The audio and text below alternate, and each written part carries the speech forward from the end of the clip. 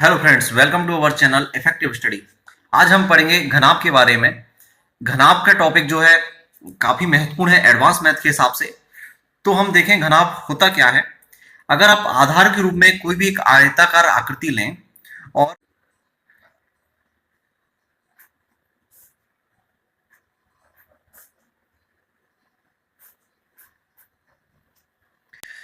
इसके शीर्षों पर इस तरह से आप एक लंबवत आकृति बनाएं, तो ये जो आकृति है वो क्या कहलाएगी?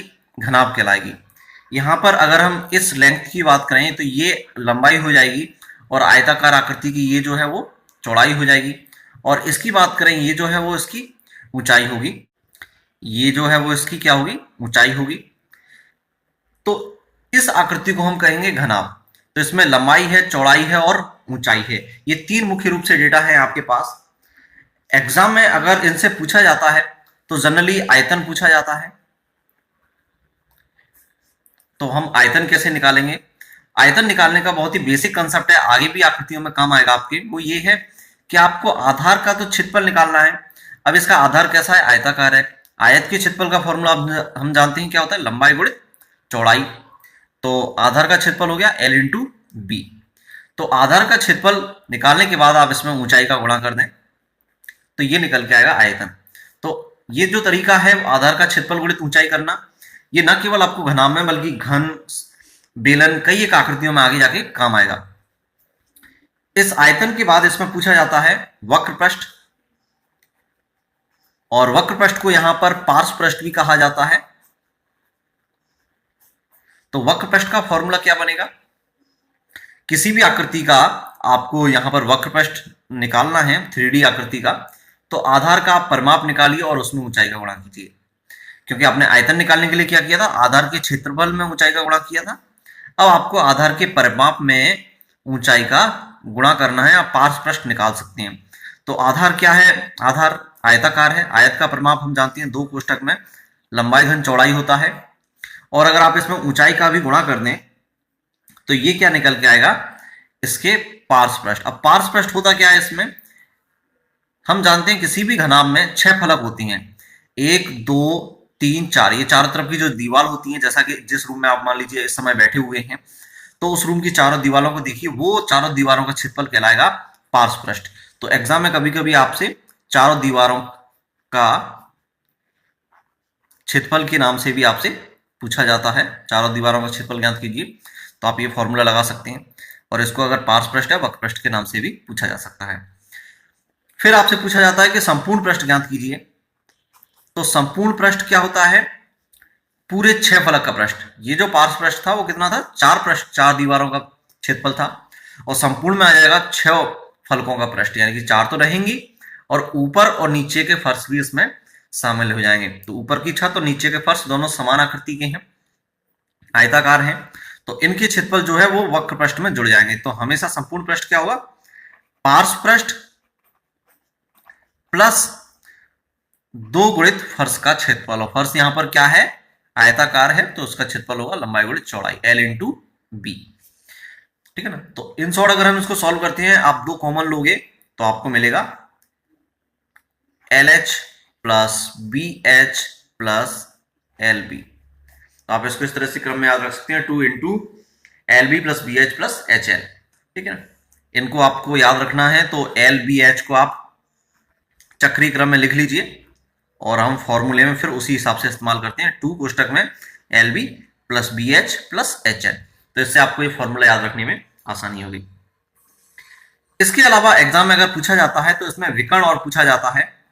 और विकर्ण को कभी कभी कहा जाता है कि अधिकतम लंबाई की किसी भी घनाभाकार आकृति में या किसी भी घनाभाकार कमरे में अधिकतम लंबाई की क्षण क्या होगी?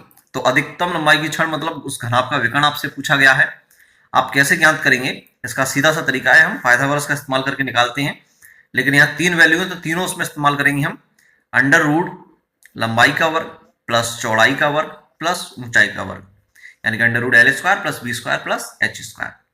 तो यहाँ पर ये 4 फॉर्मूले जो हैं वो आपको एग्जाम में बहुत काम आने वाले हैं। कुछ क्वेश्चन डायरेक्ट फॉर्मूला बेस्ड बनते हैं, लेकिन कुछ क्वेश्चनों में थोड़ा सा ट्रिकी होते हैं। तो उनको आप कैसे करेंगे? यहां पर हम एक एग्जाम्पल लेते हैं। तो एग्जाम्पल है यहां पर एक खुली टंकी जिसकी लंबाई 18 मीटर, चौड़ाई 10 मीटर और गहराई गहराई यानी कि ऊंचाई की बात है, ये दी गई है 6 मीटर है। उसके निर्माण में 2 मीटर चौड़ी और कितने मीटर लंबी चादर की आवश्यकता होगी। क्वेश्चन को आप समझ लीजिए, टंकी कैसी है, खुली है, लंबाई चौड़ाई और गहराई तीनों की वैल्यू अलग अलग है, मतलब एक घनाभकार टंकी है। तो ठीक वैसा ही इसका चित्र बन सकता है।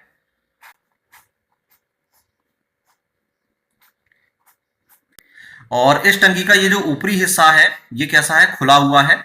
बाकी कितने हिस्से रह गए, फिर 5 फलक रह गए इसके। तो 4 फलक कौन से, वो पार्श्व पृष्ठ के और एक फर्श का।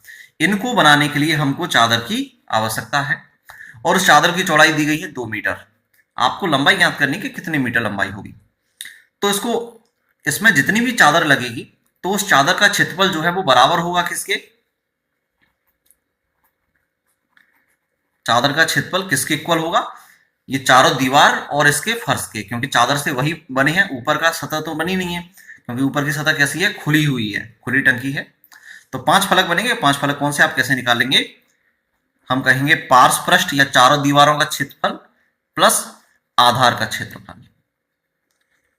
ये जो है 5 फलक हैं, 4 फलक पार्श्व पृष्ठ में आते हैं, एक फलक आधार हो गया। ये सब कैसे बने हैं, चादर से बने हैं, तो चादर का क्षेत्रफल बराबर इन दोनों के क्षेत्रफल के हो गया। अब इन सबको हम ज्ञात करेंगे। तो चादर का क्षेत्रफल कैसे निकालेंगे आप, 2 मीटर चौड़ाई है और लंबाई आपको ज्ञात करनी है। तो लंबाई हम मान लेते हैं थोड़ी देर के लिए यहां पर एल। तो चादर कैसी होगी, आयताकार होगी, क्योंकि उसकी चौड़ाई है और उसकी लंबाई है जो कि आपको ज्ञात करनी है। तो चादर का क्षेत्रफल हो गया लंबाई गुणित चौड़ाई, एल इंटू 2। चौड़ाई दी गई है, लंबाई आपको ज्ञात करनी है। पार्श्व पृष्ठ यानी कि चारों दीवारों का क्षेत्रफल, तो हमने उसका फॉर्मूला भी याद किया था, वो क्या था, आधार का परिमाप निकालना है आपको, 2 into L plus B into H करना है। तो पार्श्व पृष्ठ यानी कि चारों दीवारों का क्षेत्रफल निकल के आएगा। और आधार का क्षेत्रफल यहां पर क्या होगा, आधार आयताकार है तो लंबाई गुणित चौड़ाई, एल इंटू बी, है ना।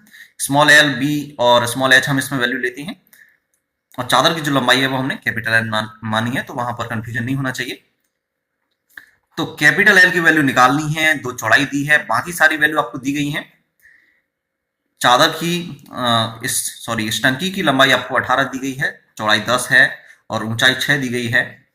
एल इंटू बी की वैल्यू आपको वही है, लंबाई यानी कि 18, चौड़ाई यानी कि 10, ठीक है ना। और गहराई एच की वैल्यू आपको 6 दी गई थी। इसको जब हम सॉल्व करेंगे तो आपको यहां मिलेगा, इनको आप मल्टीप्लाई इसको जोड़े आप, 18 10 28 गुणित 6 गुणित 2 मल्टीप्लाई करेंगे तो 336 वर्ग मीटर पार्श्व पृष्ठ हो गया और 180 वर्ग मीटर टंकी के आधार का क्षेत्रफल हो गया। और इन दोनों को हम ऐड करेंगे तो हमको मिलेगा 516 वर्ग मीटर। क्या आ गया, कुल चादर का क्षेत्रफल आ गया। और यहां पर है एल इंटू 2। तो जब हमको एल की वैल्यू निकालनी है तो हम क्या करेंगे, 516 अपॉन 2 आएगा, या 2 का डिवाइड करेंगे तो 258 मीटर। ये क्या आ गया, चादर की लंबाई। तो इस तरह से कैसा भी मुश्किल सवाल हो, आपको वो सवाल एक बार समझ में आ जाएगा, तो आप अपने जनरल फॉर्मूलों की सहायता से उसको ज्ञात कर सकते हैं। उम्मीद है आपको ये घनाभ का टॉपिक समझ में आया होगा। अगर आपको इसमें कोई भी क्वेरी है, इससे संबंधित कोई भी क्वेश्चन, आप कमेंट बॉक्स में हमें लिख सकते हैं। आपको वीडियो पसंद आया हो तो लाइक करें, दोस्तों के साथ शेयर करें और प्लीज हमारे चैनल इफेक्टिव स्टडी को सब्सक्राइब जरूर करें। Thank you, good bye.